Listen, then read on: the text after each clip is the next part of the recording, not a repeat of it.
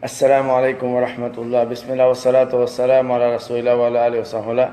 In the name of Allah, may the peace and blessings of Allah be upon His final messenger Muhammad sallallahu alaihi wasallam, his companions, and all those who follow him to the day of judgment. We are here at the Caribbean restaurant, inshallah. We are about to have some goat roti, inshallah, with Sheikh Rios. Alhamdulillah. So we are here. Yesterday we spoke about my first journey to Islam. My first journey towards the masjid, my first visit towards the masjid. So my first visit included seeing for the first time the word of Allah subhanahu wa ta'ala on top of the masjid. Also, going to the masjid with my friend. And finally observing the prayer for the first time after 9 months of being in a journey of reading the Quran. Finally I get a chance to see the masjid, right? To go inside to this place that that for 9 months I've been trying to get close to Allah, and it's considered a house of Allah.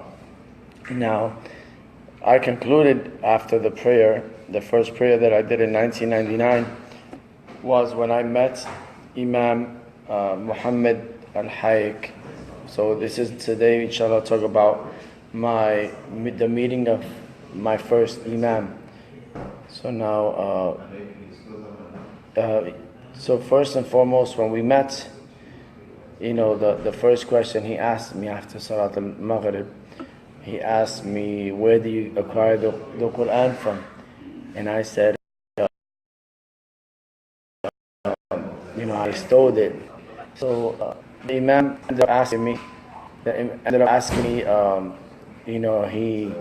he was kind of shocked.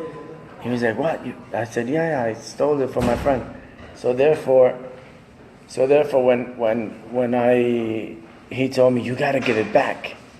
So I said, Imam, I'll give it back if I get the same one, right? Otherwise, if I don't get the same one, I'm going to pay for the price, right? I'm going to pay for it. So now, alhamdulillah, the Imam al-Hayek, he ran inside the library and looked, searched until he found the same edition. So alhamdulillah, so he gave me as a gift my first Quran. So then I returned the other Quran that was my friend for 9 months, my only friend for 9 months, that helped me rehabilitate my internal self, and also helped rehabilitate my actions, right, and my words, my spirit and my actions. Now,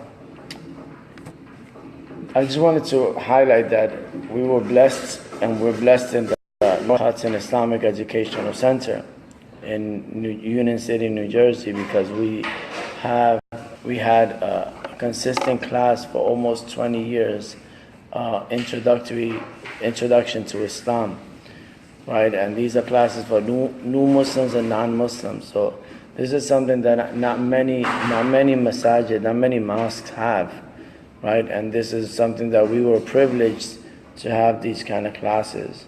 Now, when I chose for the second time, right after leaving the mosque, now comes the second experience. This time, first time I came to the mosque with Muhammad, right, and that's when I met Imam al-Hayek on that Wednesday. But then, after several days, I decided to go visit the mosque once again. When I visited the mosque, at this time, I'm walking, I'm getting close to the mosque, and I'm trying to decide, can I go in? How is it going by myself? Are they going to call the cops on me? Etc., etc. So, when the first thing is entering the mosque alone, number one, right?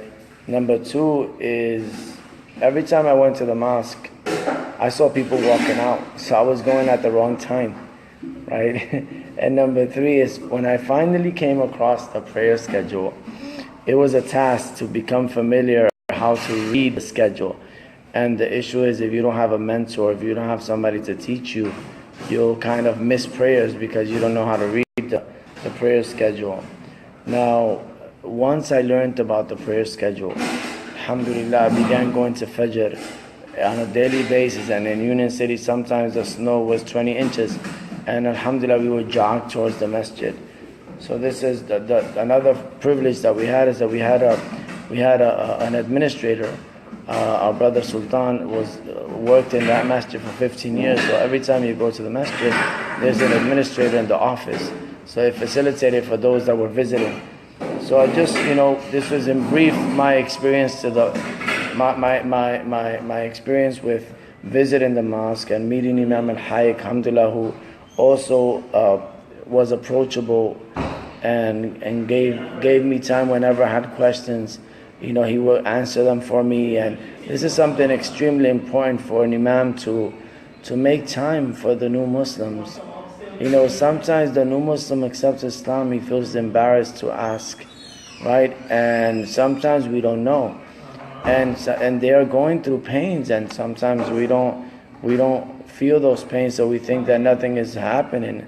So that's something that we should commend when we have imams and we have leaders that are taking the time, sacrificing the time to take care of the new Muslims and cater to them.